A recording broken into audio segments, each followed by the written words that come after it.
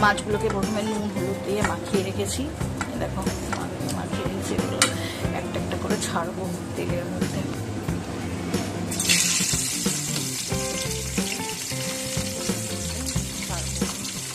পড়বে দেখো শুধু কালো জিরে আর কাঁচা লঙ্কা, ঠিক আছে? এটা বেটে নেবো, শিলে বেটে নেবো আর মিক্সিতে বেটে নিতে পারবো।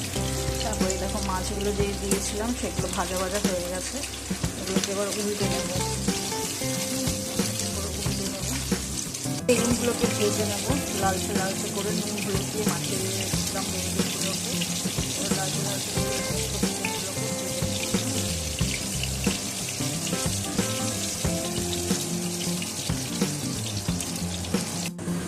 কালো জিরে কাঁচা লঙ্কা বাটা আর একটুখানি পেঁয়াজ বাটা দিয়েছি, দিয়ে দেখো বেগুনগুলো এর মধ্যে দিয়ে দিয়েছি। এবার মাছগুলো এর মধ্যে ছেড়ে দেবো, একটা একটা করে মাছ আছে সব দিয়ে দেবো, দিয়ে আমার গ্রেভিটা কম। এই দেখো এইভাবে মাছটা আমার রেডি।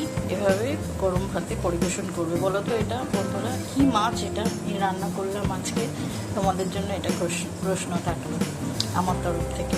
তো তোমরা ভালো থেকো, সুস্থ থেকো।